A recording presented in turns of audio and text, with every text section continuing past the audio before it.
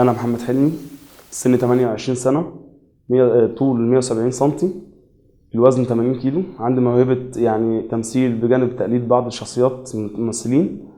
وهفرج حضرتك دلوقتي على مشهد من فيلم أيام السادات للأستاذ أحمد زكي.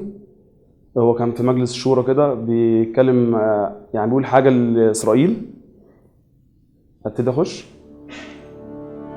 أنا مستعد أن أذهب إلى آخر العالم إذا كان هذا يحول دون أن يقتل أو يجرح جندي أو ضابط مصري واحد، وستدهش إسرائيل إذا علمت أنني مستعد أن أذهب إلى بيتهم الكنيسة ذات.